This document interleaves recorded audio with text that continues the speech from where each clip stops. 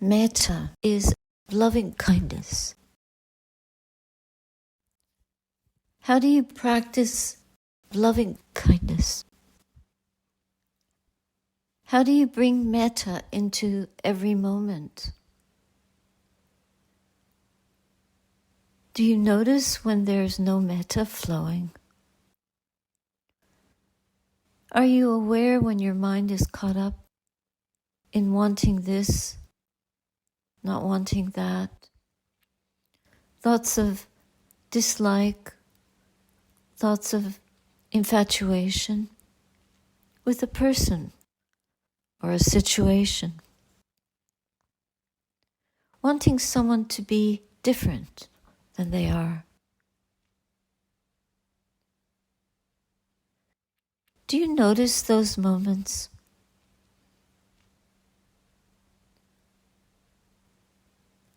Those are the moments when we should not pursue unwholesome thoughts.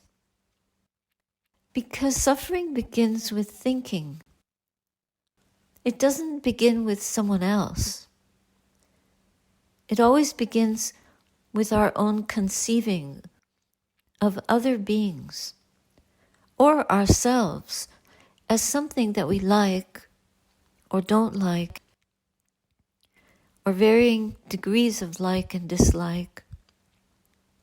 Because then the danger is attachment, or the danger is rejection. Either form of attachment is not understanding what we truly are.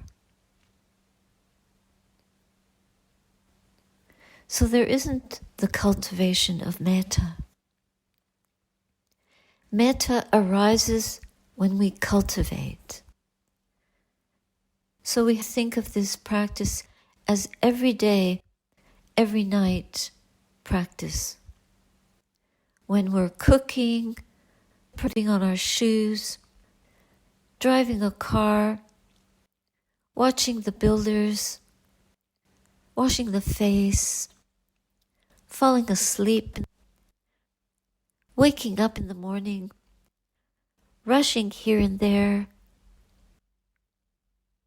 Is there a seam of metta? Is there a seamlessness of metta? We can take it both ways. We're either stitching it, cultivating, developing it, or we're pulling away the obstacles to metta. Let's examine. What is the obstacle to metta? Is it created by the mind? Yes. Can we somehow evacuate it, ventilate it, remove it, let it go, overcome it? It's not real. Why would we cultivate an obstacle? And see, if we examine, we can see how the thinking mind can easily begin to spin a whole story about what we like, what's happening, what we wish for, what we suffer from. Then we create ourselves and each other in ways that are helpful or not. So the cultivation of metta is really a constant work. It's not just 10 minutes at the end of a sitting, or 5 minutes when you prepare to go to sleep at night and you think, oh, I shouldn't have said that. I shouldn't have thought that. Cultivating a mind of loving kindness, of compassion, of rejoicing, spreading joy, or being at peace with all conditions. These sublime abidings are all day, everyday practice, not just special times. That's what cultivation means. Asevitaya, that is the cultivation of metta. The second part of this cultivation is bhavitaya. Bhavitaya means we develop it. So if we're at a certain level of practicing metta, we want to keep that going. 5 minutes, and then 1 step forward, 2 steps back. And the next minute we're expressing our anger or suppressing our anger. Either way, not helpful. Whether you push the knife in or you throw it. Not good, not helpful. That's war. That's conflict. That's suffering. We think the war is somewhere else, but the war is within us. Why? Not deep enough cultivation, just superficial. Here in a monastery, it's such a wonderful opportunity for us to cultivate this sense of love and compassion for each other. If we hold any grudges or resentments to each other, that's the death of metta.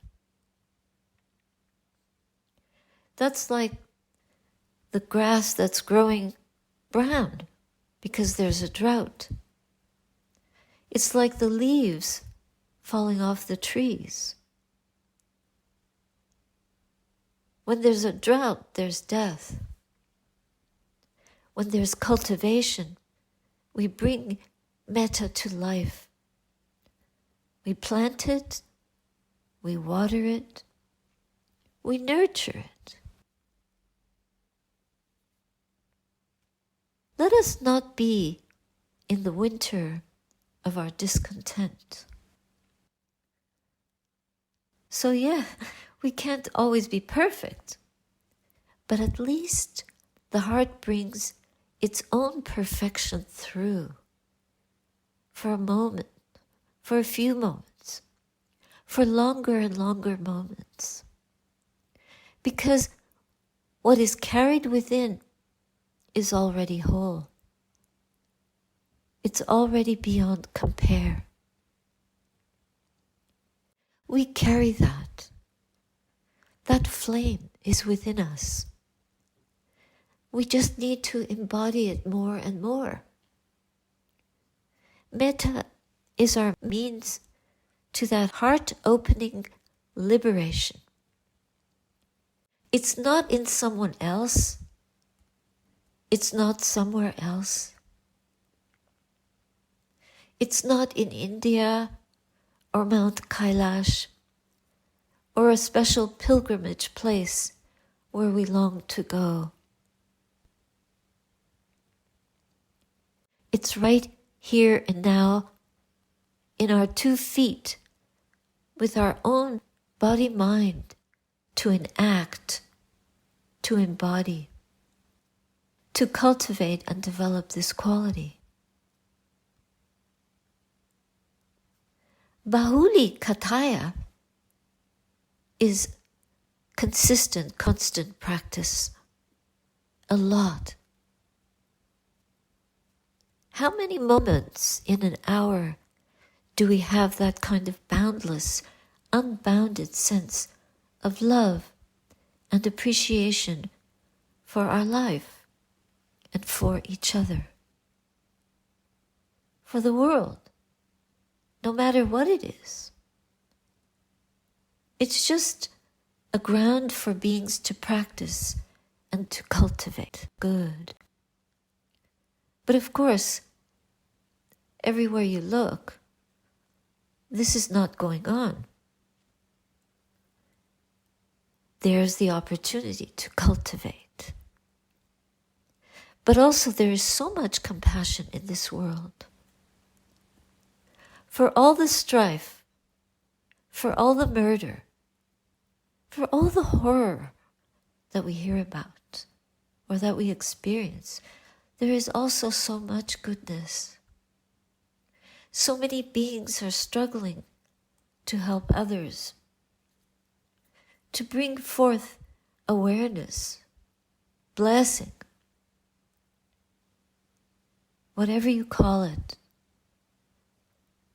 We can go down to the poorest part of the city. There are people struggling there. But there are also many people offering them shelter, food, cooking for them, ministering to their suffering. Everywhere you go, there are mothers, there are fathers, ministering to their children. Everywhere you go, there are hospitals and first aid responders ministering to those in trouble. Bahulikataya. Bahula means many times of this practice. When metta is much practiced, then metta is present. It is our potential too. When we practice a lot, when we open to the possibility of bringing metta into the heart at a difficult time, it becomes our vehicle. This is called yani kataya. We make metta our vehicle. This metta vehicle is bigger than that excavator sitting out there in the yard, ready to do the construction. Metta is available to us here and now. It is available to all beings, everywhere. And when much practiced, it's our vehicle. Our vehicle for what?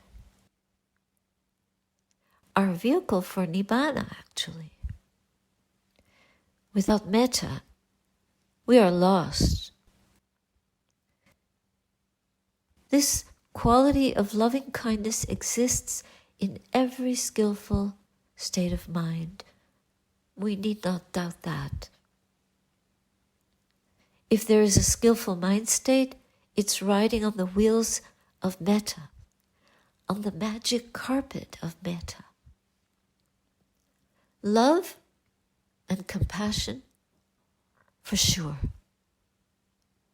So that vehicle, when it's used properly, it's a foundation. Foundation is like what they're building out there. Right here in our monastery, it'll be the strength of a building, the platform for it, from which this structure can rise up. But within us, there's also this foundation for loving kindness, because we realize when we need that forgiveness, forbearance, with conditions, with situations. It's as if we're building within us a tower, a ladder,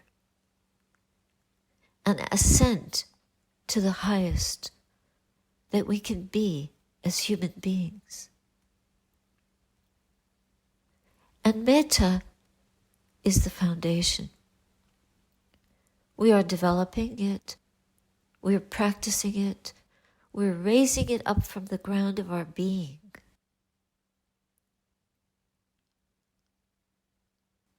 So it's wonderful for us to watch this process.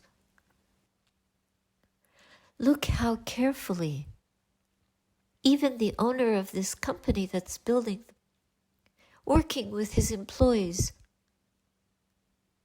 what a kind application of effort, what humility. He owns the company and still he gets in there, rolls up his sleeves, puts on his gloves, and does the hard work. That's anuttitaya. Anuttitaya is Metta, when it's well established, when we use our vehicle properly, it's well oiled and we're fueling it. We're propelling it forward. We are raising ourselves up on that foundation of Dhamma practice through the special powers of metta, of loving kindness, well established in us. It's a strength. Even if others are nasty, we don't have to resort to those kind of mind states. We can humbly receive and offer forgiveness, compassion for the unwholesome that may cross our path or come our way. Even harsh words, even when we experience abuse. If other people throw daggers, our job is to receive them with this quality of open-hearted compassion, not with hatred, not in an ill-tempered way, because that's just creating more ill will, hostility, and suffering. It's violent. It's harmful. It's not like we have the right. There is no rightness to retaliate at all. People make a big deal about their rights.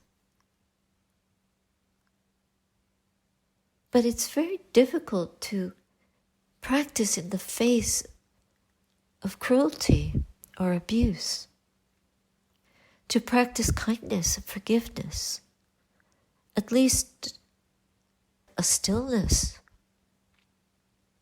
or a receptivity, very difficult.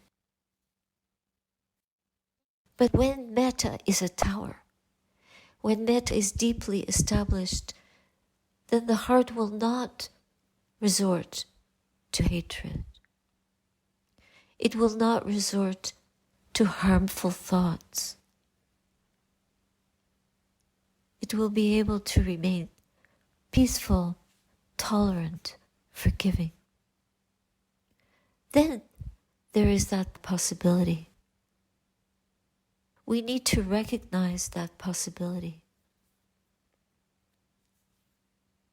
Very often, we end up with something less than that, so we practice. We practice when conditions are good. And if someone doesn't treat us well, we try to remember it's possible to forgive.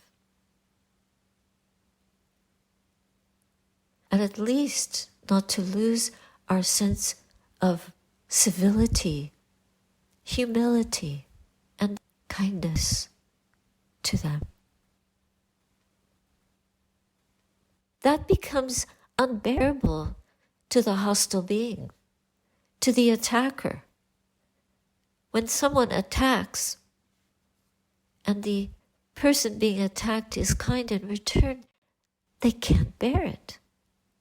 They would run away or stop or bow to that because of shame. Bodhicitta is consolidation of metta, of loving kindness.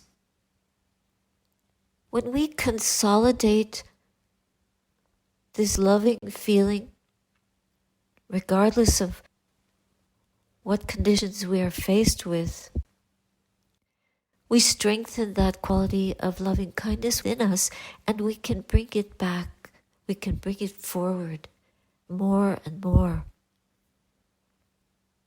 We can cultivate through that loving kindness an inner beauty, an inner power.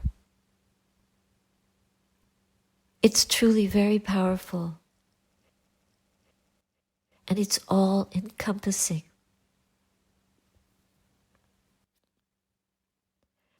It's very difficult for a loving mind to be vanquished by anyone. It just is. If we recognize that this is paricitaya, it's a very superior mind state which is invincible, impenetrable by forces of hate or negativity. It's not vulnerable to attack because it is thoroughly known and established. We want to bring that forth in ourselves for our own betterment and for the benefit of everyone. This is a benevolent state. It's a blessed state. But just look at the world. People think that the way through obstacles, the way through enemies or hatred or war is to fight and kill and destroy. But what is the result of that? Terrible suffering. No end to the wars. How many wars are there in the world right now? Has there ever been a time in the human realm when there were no wars or no fighting? We have a very beautiful sign in the garden. It says, hatred is never overcome by hatred, but by love alone. Those are the words of the Buddha that we find in the Dhammapada. And then there is Susamaradaya. When metta is properly undertaken, under the sky of this earth, there would not be a place where our feet would fall and not walk in grace.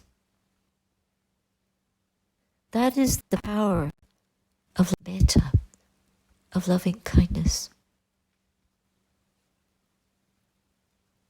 And then there are these benefits. When there is beautiful cultivation, development, practice, establishment of the foundation, arising into strength because of it, when consolidated, it brings us the greatest happiness. We sleep well. We wake up refreshed. We have no bad dreams. We are dear to humans and to non-humans. The deities protect us. No fire or poison or weapon can harm us. The mind becomes easily concentrated, and our complexion will exude a joyous well-being. And we will die unconfused, potentially liberated. And even if we don't realize that freedom, total freedom and liberation of heart, we would not have to come back to a suffering world. So these are the 11 advantages of metta. But metta is its own reward. We need not pine for advantages to metta.